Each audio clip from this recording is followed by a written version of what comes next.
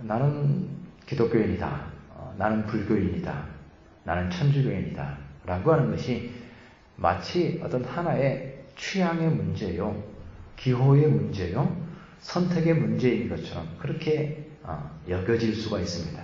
나는 기독교가 좋으니까 기독교인이고 나는 천주교가 좋으니까 천주교인이다 라고 말할 수가 있는 것이죠. 그것이 하나의 신앙이라고 하는 것이 그러한 어떤 선택의 문제요, 기호의 문제가 될 수가 있습니다. 그런데 그것이 하나의 기호의 문제가 될 때에는 그것이 의미하는 바가 없어지는 겁니다. 예를 들어서 나는 야구를 좋아하는데 LG 트윈스가 좋다, 또 어떤 사람은 두산 베어스가 좋다 라고 말할 때 그것을 선택하는 것이 어떠한 차이를 말해주지 않잖아요. 어떤 사람은 두산이 좋을 수 있고 어떤 사람은 LG가 좋을 수 있는 거죠. 그 차이가 어떤 것을 말해주지 않습니다. 나는 원두 커피가 좋고 나는 믹스 커피가 좋다 라고 하는 것도 그것을 통해서 하나의 기호의 문제죠. 내가 이걸 좋아한다. 그 기호의 문제가 그 사람의 어떠함에 대해서 어떤 것도 얘기해 주지 않는다는 겁니다. 왜냐하면 그것은 기호이기 때문에, 그것은 자기 원하는 대로의 선택이기 때문에 그렇습니다. 그런데 만약에 그리스도인이라고 하는 사실이 마치 그러한 차원이라고 한다면 마찬가지겠죠. 내가 기독교인이든지 불교인이든지 천주교인이든지 거기에는 아무런 차이가 없는 겁니다. 그것이 말해주는 바가 없는 것. 이 시대의 크리스천이라고 하는 것이 그러한 의미로 그 의미의 축소가 일어나 있는 것을 보게 됩니다. 여러분, 처음에 안디옥 교회에서 크리스천이라고 하는 말이 처음 나왔죠. 안디옥 교회 교인들을 바라보면서 저 사람들은 크리스천이다 라고 하는 말이 처음 나왔는데, 그때 크리스천이라는 말이 나올 때에 어떻게 나오게 된 겁니까? 이 세상에는 그 사람들을 명명할 수 있는 이름이 없었어요. 그 사람들의 삶과 그 사람들의 신앙과 그 사람들의 가치관을 표현할 수 있는 말이 이 세상에는 존재하지 않았습니다. 그렇기 때문에 새로운 이름을 붙일 수밖에 없는 사람들, 그 사람들이 크리스천들이었어요. 다르게는 부를 수 없고 다른 이름으로 대신해서 부를 수가 없었기 때문에 그들을 크리스천이라고 불렀던 겁니다. 그들의 삶 속에는 그들만의 독특성이 있었고 그들만의 특징이 있었고 이 세상에 어떤 것과도 비교할 수 없는 개성 있는 사람들이 크리스천이었습니다. 그러한 크리스천의 의미가 이 시대에는 하나의 기호로, 하나의 선택의 의미로 축소되어 있는 것을 보게 됩니다. 우리가 무엇을 믿는가라고 하는 차원에서 볼 때에 내가 크리스천이라고 하는 것이 무엇을 의미하고 있어야 되며, 내가 크리스천이라고 하는 사실이 어떤 의미를 포함하고 있으며 무엇을 통해서 그것이 확인될 것인가라고 하는 것에 대해서 진지하게 생각을 해봐야 되고 그것에 대해서 말할 수 있어야 됩니다. 우리는 그것을 의식하고 있어야 되고 그것에 대해서 분명하게 말할 수가 있어야 돼요. 내가 크리스천이라고 하는 것이 뭐냐라고 하는 것에 대해서 말이죠. 그것은 하나의 기호의 문제가 아니라 삶의 실제의 문제로 우리 가운데 현실적인 문제가 되는 것입니다. 그런 의미에서 오늘 데살로니가 교인들을 향해서 오늘 이 바울 사도가 그 믿는 자들, 크리스천이죠. 믿는 자들을 향해서 말하면서 그들의 믿음이 말로만 그들에게 이른 것이 아니라 말로만 그들에게 믿음이 이른 것이 아니었다. 단지 믿음이라고 하는 것이 말의 문제가 아니라 호칭의 문제가 아니라 어떻게 부르는가의 문제가 아니다라고 하는 것을 분명하게 얘기하고 있습니다. 그리고 그 아래 가게 되면 그들의 믿음에 대해서 모든 사람들의 본이 되면서 그들의 믿음에 대해서는 말할 것이 없다. 공교롭게도 말로만 그들의 믿음이 이르지 않았다라고 말하면서 동시에 말할 것이 없다. 그들의 믿음에 대해서 말할 것이 없다라고 말함으로써 그 크리스찬의 삶 속에, 삶의 현실 속에 그 삶의 실제 속에 무엇인가가 있었다라고 하는 것을 분명하게 얘기해 주고 있습니다. 단지 그들이 크리스찬으로서 말로만 한 것이 아니라 그들의 삶의 모습 속에서 삶의 실제에서 크리스찬이라고 하는 사실이 분명하게 드러나 있는 것을 보게 된다는 사실이죠. 저는 그런 면에서 우리가 그리스도인이라고 하는 사실이 어떻게 규정될 수가 있을까? 내가 그리스도인이라고 하는 사실이 어떻게 규정될 수가 있을까?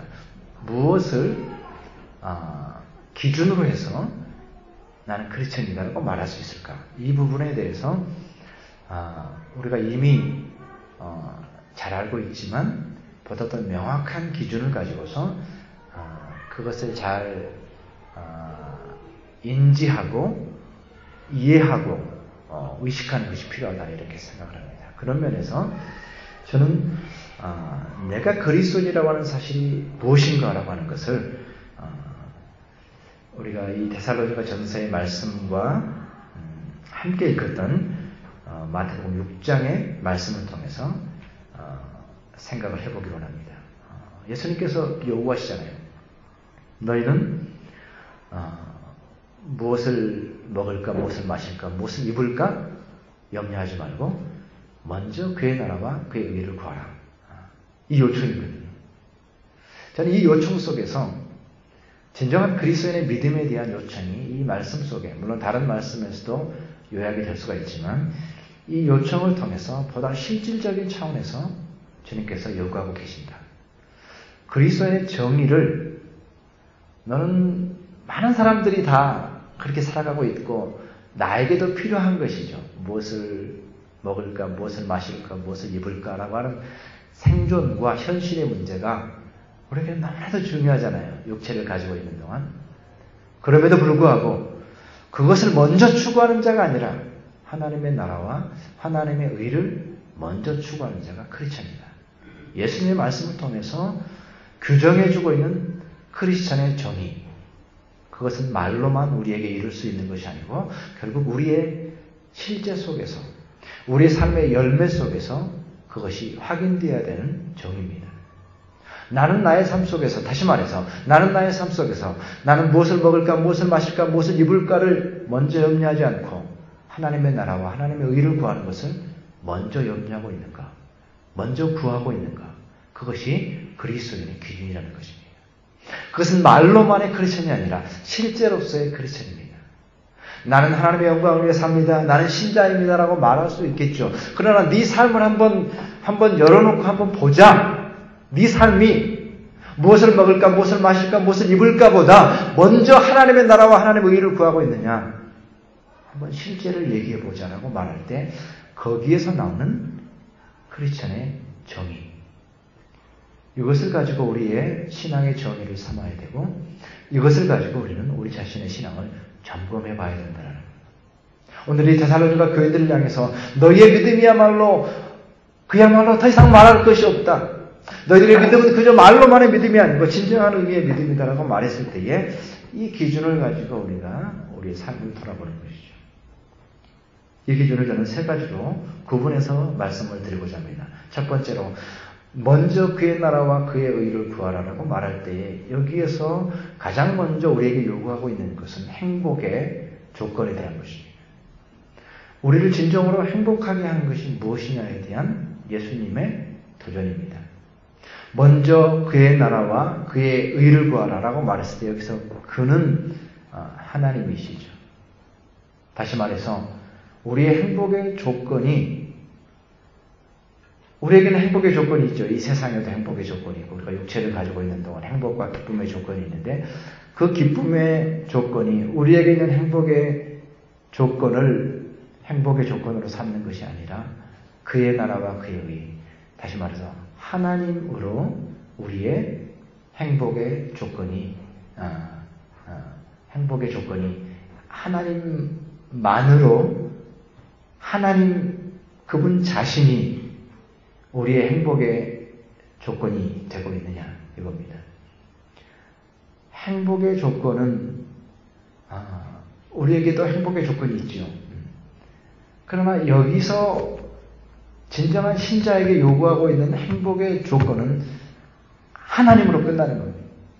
하나님만으로 우리가 하나님을 알고 하나님을 예배하고 하나님의 자녀인 것만으로 그것이 나에게 행복이 되느냐라는 그 문제거든요.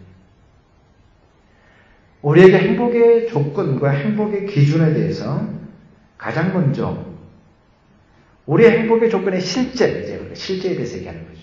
너에게 진정한 행복의 조건의 실제가 뭐냐? 하나의 개념으로서가 아니라 네 삶 속에서 진정으로 행복의 조건이 하나님 한 분만으로 만족하느냐 이겁니다.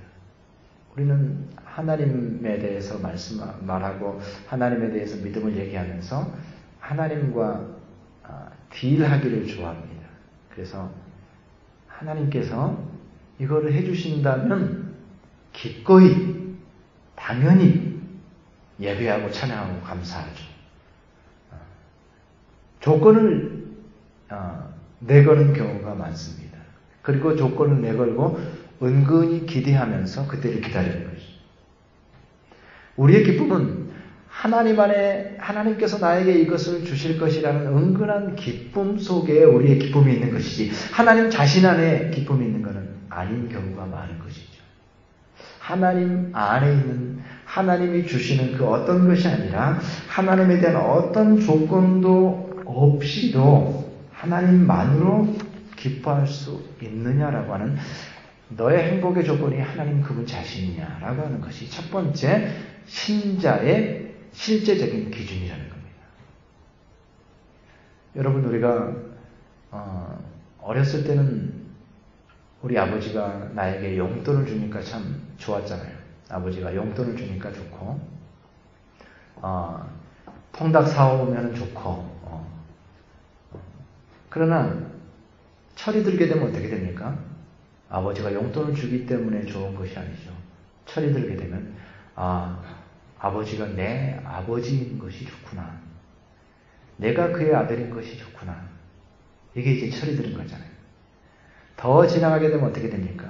단지 아버지가 살아계신 것만으로 얼마나 좋은가. 이게 진짜 철이 드는 거죠. 아버지가 살아계셔 주는 것만으로 얼마나 좋은가. 만약에 그때까지도 아버지 왜 좀 안 주십니까? 나이 그렇게 돼가지고 80 넘은 아버지를 때려 죽이고 찔러 죽이고 이런 진정으로 의미 있는 관계와 신앙의 관계는 사실은 그 자체에 있는 거거든요. 너희는 먼저 그의 나라와 그의 의를 구한다라고 말할 때에 우리에게 요구하고 있는 실제적인 기준은 하나님 그분이 우리에게 진정한 기쁨이며 만족이며 행복의 유일한 기준이 되는가라고 하는 그 사실입니다.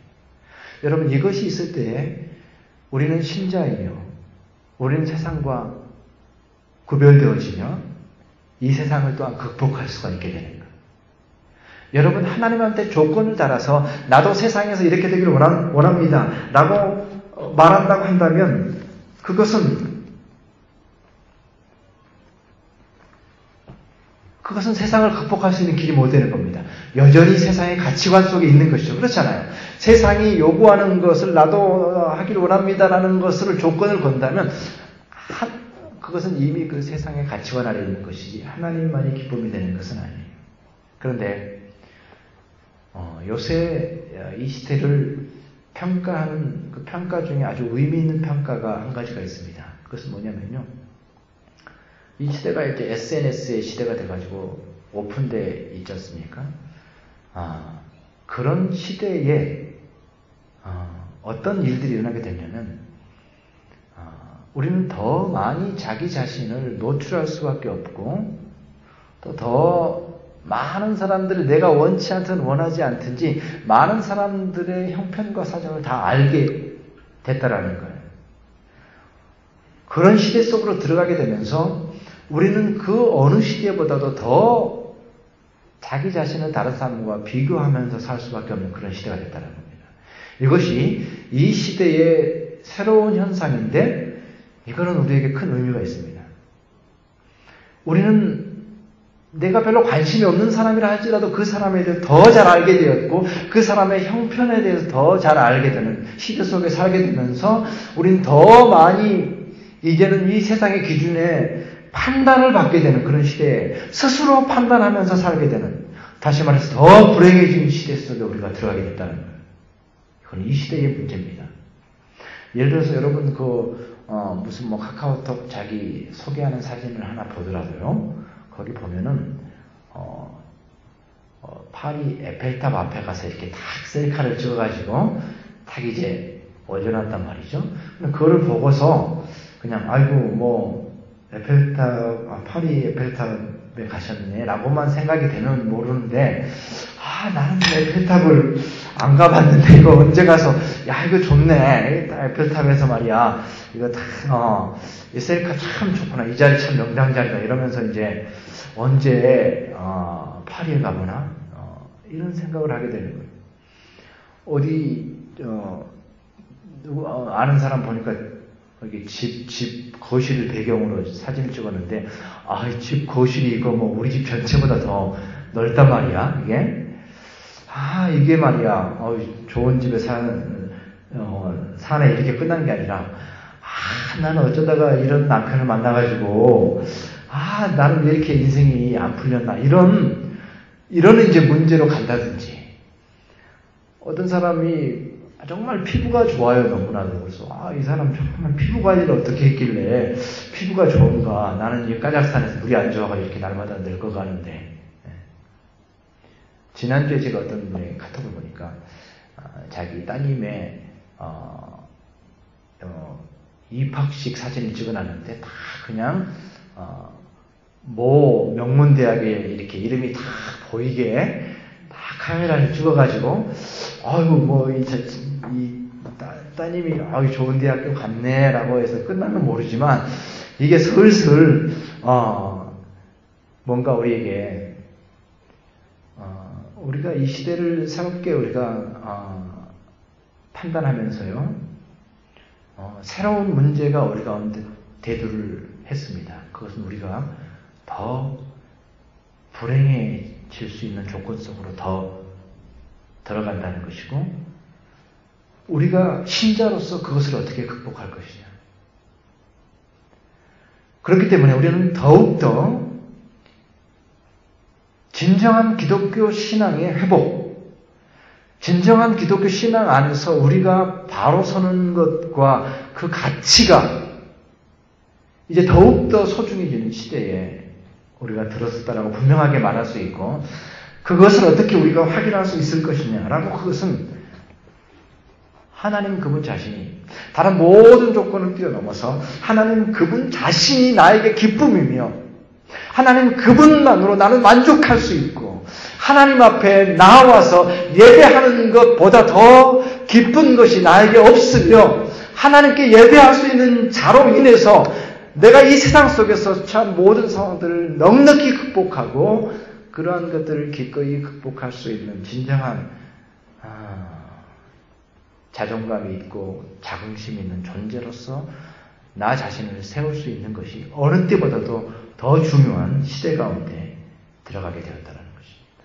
하나님만으로 만족하고 하나님 자신이 기쁨과 행복의 조건이 되며, 그 하나님을 기뻐하는 것이 내 삶의 자원이요 내 삶의 능력이라고 말할 수 있는 것. 그래서 시편 기자가 말했던 것처럼 나는 성전에 문지기로 있는 것, 그것이 더 좋습니다 라고 말했던 그러한 이해 안 되는 주장. 넓은 집에 있는 것이 좋고 그 얼마나 차이가 있습니까? 그런데 성전에서 문지기로 있다라는 게 무슨 의미냐? 하나님과 함께 있는 것이고 하나님과 가까이 있는 것이고 하나님 안에서 나를 발견하는 것이 더 가치 있다라고 하는 거예요. 하나님과 교제하고 하나님을 아는 것의 가치를 가장 귀하게 여기느냐, 여기에 신앙의 기준을 얘기하고 있는 것입니다. 하나님께서 내 이름 아시죠? 내 이름 아시죠? 내 모든 생각도 아바라 부를 때 그가 들으시죠.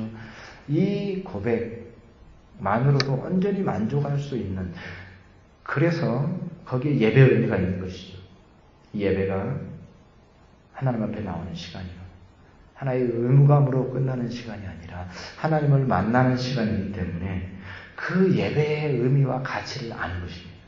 아이고 오늘도 예배당 가야 되겠네 라고 하는 것으로서가 아니라 하나님 한 분만으로 만족할 수 있는 나의 행복의 기준으로 볼 때 이 예배의 시간이야말로 가장 행복한 시간이요, 누구를 어디에 초대할 것인가, 그를 예배의 시간으로 초대해서 이 기쁨 가운데 함께 나아가고자 하는 그 마음이 우리 모두에게 생기는 것, 이 예배의 가치를 알게 되는 것이죠.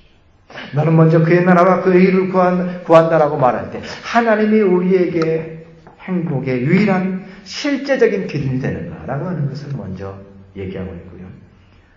두 번째로 얘기하고 있는 것은 무엇을 먹을까, 무엇을 입을까, 무엇을 마실까 하지 말라. 먼저 그의 나라와 그의 일을 구하라 라고 말할 때에 무엇을 먹을까, 무엇을 입을까, 마실까, 이것은 우리 삶에 필수적으로 중요하지만 오늘 이 말씀 속에서 우리에게 제시하고 있는 것은 그것이 우리의 삶의 목적이 될 수는 없다라고 못을 받고 있는 겁니다.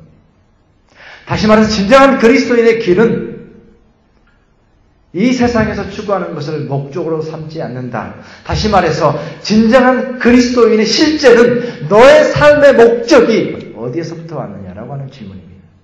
여러분, 우리 모두는 삶의 목적을 가지고 있습니다. 그 삶의 목적이 바로 하나님으로부터 온 목적이어야 된다는 것이죠. 그러한 삶의 목적을 가지고 있느냐, 이것을 점검하는 겁니다. 내 삶의 목적이 뭐냐. 이 삶의 목적과 관련해서는 우리 리고렌 목사님이 목적이 이끄는 삶으로 아직까지도 영향을 미치고 있는데 참 중요하고 탁월한 말씀들을 많이 했습니다. 그의 책 가운데 가장 중요한 한 부분이 목적이란 무엇인가라고 하는 것에 대한 그 부분인데, 그 부분을 제가 읽어드리면은, 목적이란 우리가 가진 삶의 행복이나 성취보다 큰 것으로, 그러죠? 우리가 가진 삶의 목적이나 행복보다 큰 것으로 우리 인간의 목적은 하나님으로부터 시작되어야 한다. 여기 이 책에서 가장 중요한 포인트라고 생각합니다. 인간의 목적은 하나님으로부터 시작되어야 됩니다. 나로부터 시작되는 것도 아니요, 세상으로부터 시작되는 것도 아니요, 자아로부터 시작된 것이 아니에요. 우리 집사님 아까 기도하실 때 말씀하신 것처럼 내가 죽어야 되는 거. 왜? 나의 자아는 이미 거짓 자아인 것을 알기 때문에, 나로부터의 욕망은 거짓된 욕망인 것을 알기 때문에 내가 죽지 않고서는 내가 바른 인간으로 살아갈 수가 없기 때문에 나의 죽음을 얘기하는 거예요. 이게 얼마나 엄청난 얘기입니까? 그러나 진정한 그리스도인의 실제는 내 삶의 목적은 나로부터 오지 아니하고 세상으로부터 오지 아니하고 하나님으로부터 온 것이기 때문에 내 삶의 목적은 오직 하나님으로부터 와야 되기 때문에 나의 죽음을 말하는 것입니다. 어디에서 누가 나의 죽음을 말할 수 있습니까? 우리가 가진 목적을 생각해 보면은 사실은 포괄적으로 보면 더 많이 가지려는 거예요. 더 많이 가져야 되고, 더 높이 올라가야 되고, 더 앞에 서야 되고, 더 큰 사람이 돼야 되고, 더 많은 사람들에게 알려져야 되고, 그런 소유의 문제거든요. 이 세상에서의 소유의 문제를 목적으로 살고 있는 겁니다. 그러나 진정한 그리스도인에게는 그것이 삶의 목적이 될 수가 없습니다. 하나님께서 그걸 요구하지 않으셨어요. 예수님께서 우리에게 그걸 요구하지 않으셨어요. 먼저 무엇을 먹을까 입을까도 중요하지만, 그것도 우리에게 필수적인 것이지만, 그것을 먼저 구하는 것이 아니라 하나님이 주신 목적이 앞서 있느냐, 그랬을 때 그는 진정한 그리스도인이다라고 하는 것을 얘기하는 것입니다. 우리가 모든 것을 통해서 하나님께 영광을 돌립니다라고 말하고 있지만 실질적으로는 우리 자신의 목적이 있는 것이죠. 그것을 내려놓을 때 그리스도인이 된다는 거예요. 참 심각한 문제죠. 그 목적에서 하나님이 주신 목적을 찾아가는 것. 내 삶 속에 하나님의 목적이 무엇인가라고 하는 것을 알 수 있는 것. 그래서 이제는 내가 내 스스로에게 정의하는 삶을 사는 것이 아니라 하나님이 정해놓으신 삶을 사는 거죠. 내가 이제는 내가 내 인생을 산다, 내 목적을 세워서 내 인생을 산다라고 하지 않고 하나님이 정해주신 삶을 살겠습니다. 그것이 나의 실제입니다. 그게 신자라는 거예요. 크리스천이라는 거예요. 지난주에 우리 청소년부 모임에서 모세를 부르시는 그 하나님에 대해서 같이 공부를 했거든요. 성경 스토리를 쭉 읽고 거기에서 질문을 나누고 이런 시간인데요. 모세에 대해서 부르실 때 모세가 광야에서 살면서 이제 80년이 돼가지고 광야에서 살면서 이제는 산전수전 다 겪고 이만큼 살 만큼 살았고 이제 그 미디안 광야에서 양을 치면서 이제 그 평화로운 삶 얼마나 평화롭습니까? 여유 있는 삶 이제 혈압이나 재면서 이게 또 당뇨가 올랐나 안 올랐나 이런 거 체크하면서 이렇게 건강 관리하면서 이제 여기서 익숙한 나의 이 삶을 살겠다. 이렇게 결정을 하고서 그 미디안 광야에 사는 거잖아요. 그런 자연스러운 삶입니다. 자연스러운 삶의 목적입니다. 누구라도 그 인생을 보면 이렇게 참 우여곡절 끝에 이렇게 해서 애국심과 민족의식이 있어서 사람도 좀 죽이고 말이야 이쪽에 와서 이렇게 나이 들었으면 이제는 이렇게 해서 마무리되는 것이 마땅하겠지라고 우리가 자연스럽게 생각할 수 있습니다. 그런데 하나님께서 모세를 부르시잖아요. 조건을 보게 되면 말도 못하고 이거는 능력도 없고 바로 앞에 가서 내가 말한다고 사람이 듣겠습니까? 구구절절이 맞는 말이에요. 하나님이 부르시거든요. 내가 아론이랑 같이 가게 해줄게. 거기서 가장 결정적인 모세의 위대함은 어디에 나오겠습니까? 자기 형편과 사정은 아니지만 이미 그 나이 되도록 이제는 내가 정해놓은 인생이 있지만 하나님의 부르심 안에서 하나님이 정하신 인생을 살겠다라고 그 하나님의 부르심을 받아들이는 것. 내가 내 목적을 따라 살지 않냐고 하나님이 주신 목적을 따라 살겠다라고 결단하는 거예요. 여러분 이것이 크리스천의 삶이라고 말할 때에 얼마나 큰 도전이 됩니까? 나에게 있어서 하나님이 정하신 인생이 뭔가? 하나님께서 원하시는 인생이 뭔가? 하나님이 내게 주신 목적이라고 말할 수 있는 것이 무엇인가? 라고 하는 것을 우리가 어떻게 얘기할 수 있으며 어떻게 그것을 고백할 수 있는가? 이것은 우리 인생의 큰 도전이 되는 것입니다. 그러면서도 우리가 하나님 뜻대로 산다고 말하고 있지만 내 욕심과 내 자아가 세워놓은 그 목적을 따라서 살고 있는 우리 자신을 철저하게 돌아보게 되는 것이죠. 그래야만 크리스천이 되기 때문입니다. 그러한 결단은 모세로 하여금 전혀 다른 삶으로 살아갈 수 있도록 이끌어 주었습니다. 전혀 새로운 삶으로 하나님이 주신 목적을 따라갔을 때 그 인생은 전혀 달라졌습니다. 그러한 삶으로 하나님께서 우리를 부르실 때 우리가 그 목적에 따라가게 되는 것. 이것이 신자의 실제라고 하는 사실입니다. 세 번째로 오늘 말씀을 통해서 너는 먼저 그의 나라와 그의 의를 구하라라고 말할 때에 그의 나라와 그의 의라고 하는 것에서 우리는 뭐가 나오냐면 공간의 개념이 나옵니다. 하나의 지역, 하나의 땅, 하나의 카테고리, 하나의 테리토리, 하나의 영역. 진정한 신자는 나 자신만을 위해서 부름받지 않고 하나의 공간 속으로 부름을 받는다는 거예요. 이것은 우리가 어떻게 살아갈 것인가라는 그러한 의미가 될 수가 있는데요. 진정한 신자의 실제는 뭐냐? 다시 말해서 내가 속한 공간에 관심 있는 사람입니다. 내가 어디에 속해 있는가? 라고 하는데 관심이 있어요. 그리고 그가 속한 곳에서의 영향력. 그리고 그가 속한 곳에서 그리스도인으로 살아가는 것. 언제 어디 사나 그리스도인. 제가 몇 년 전에 어떤 교회 갔을 때 앞에 써 있는 게 너무나도 그 의미 있게 다가오더라고요. 언제 어디 사나 그리스도인. 나는 교회에서나 예배당 안에서 그리스도인이 아니라 반드시 신자의 부르심은 내가 속한 공간 속으로 그의 나라와 그의 의를 구하라고 말할 때에 내가 속한 공간 속으로 우리의 부르심이 있다는 사실, 여기까지 가야 됩니다. 이것은 자칫 신앙이 좋다라고 말하는 사람들이 놓칠 수 있는, 그러나 분명히 주님께서 우리에게 그리스도인으로 부르시면서 요구하고 있는 그러한 내용입니다. 옛날에 우리가 참 많이 좋아했던 말 중에 일꾼, 교회 일꾼이란 말 참 좋아했죠. 아이, 저 사람은 참 교회 일꾼이야.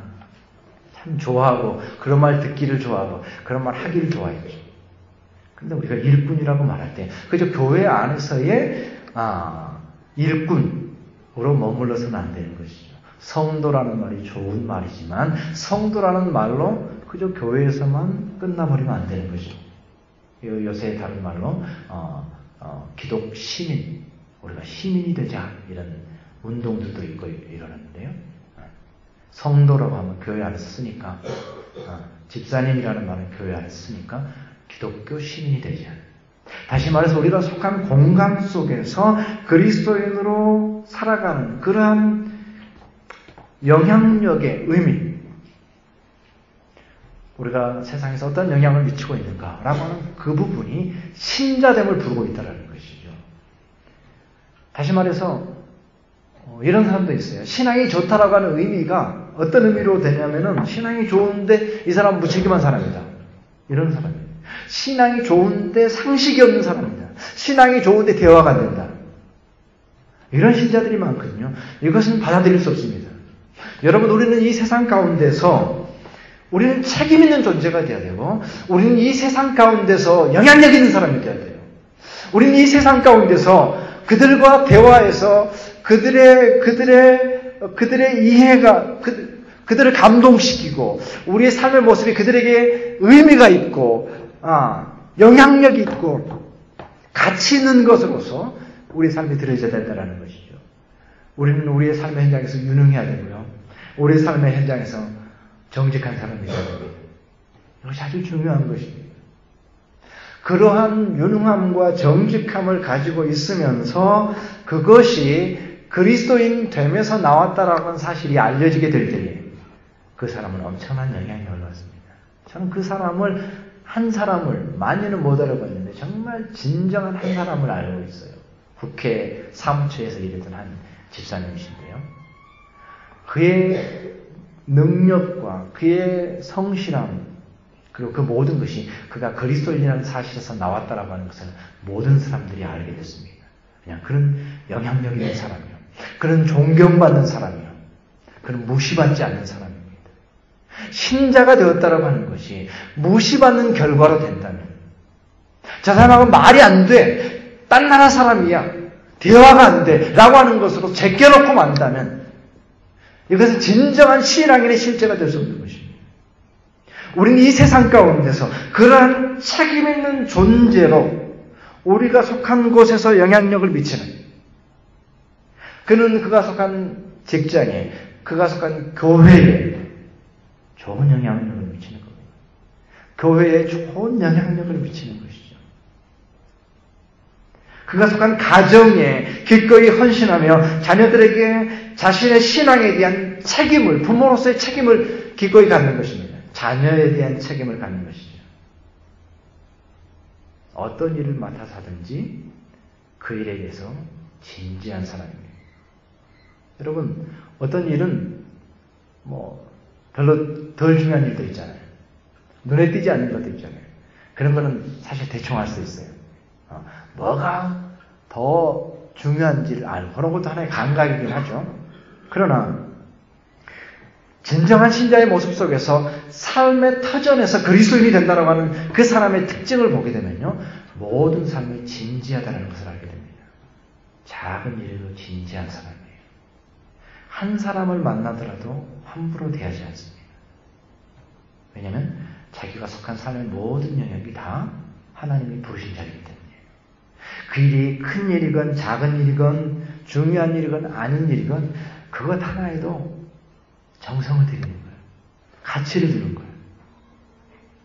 여러분, 예를 들어서 우리가 이 찬양을 하는 데 있어서 우리 예배 회중이 얼마 안 되고 이런데 우리 형님 찬양단이 이제 찬양 연습을 하는데 하루 모여가지고 나와서 이제 피곤한데 와가지고 이제 밤에 이제 연습하는데도 얘기하다 보면 또 한 30분 지나가 버리고 나중에 목이 쉬어가지고 이제 왜 안 오느냐고 하고 집에서 전화하고 이러는데 근데 말이죠 제가 참 좋게 생각하는 거는 진지한 거.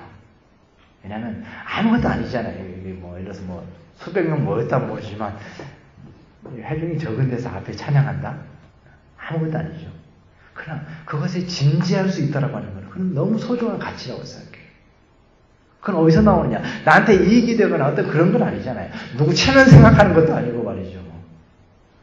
이 일의 가치에 대해서 만약에 그것이 예배에 대한 것이고 하나님의 일이고 내가 부르신 모든 자리가 비록 이 교회가 우리 교회가 적고 부족하지만 이 자리에 부르심 받은 것의 가치를 알고 거기에 진지한 그것 때문에 진지하다고 하다면 그것이 참으로 가치 있는 그리스도인의 태도라는 거죠.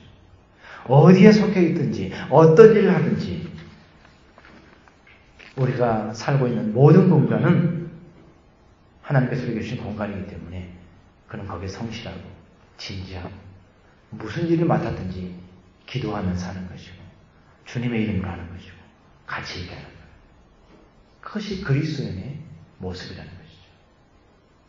오늘 우리가 너희는 먼저 그의 나라와 그의 일을 구하라는 이 말씀 속에서 실제로서의 신앙인의 기준 하나님이 진정으로 나에게 하나님만으로 나는 기뻐할 수 있는 나는 내가 내 삶의 목적을 세우는 것이 아니라 하나님이 주신 목적을 나의 목적으로 삼겠는 거야.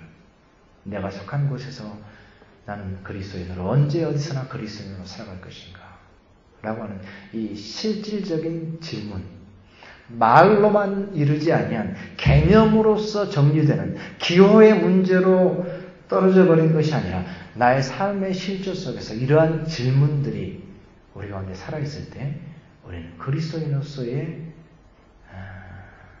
신자로서의 삶, 실제를 가지고 살아가는 겁니다.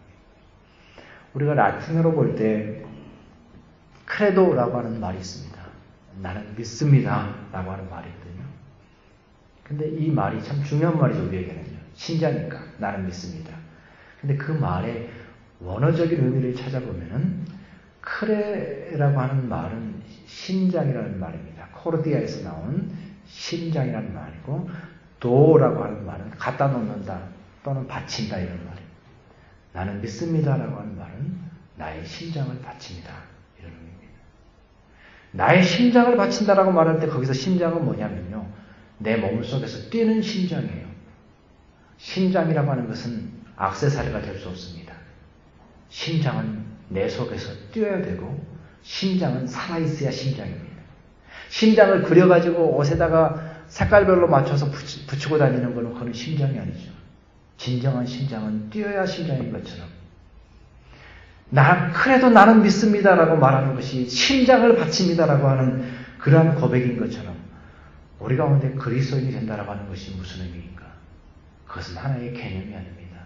그것은 우리의 삶 속에서 실제가 되어야 되는 것이고 그 기준을 따라서는 끊임없이 내가 그리스도인이라는 사실을 확인해야 되는 것입니다. 오늘 이 데살로니가 교인들은 너희들의 믿음에 대해서는 내가 말할 것이 없다라고 하는 그러한 삶을 살았습니다.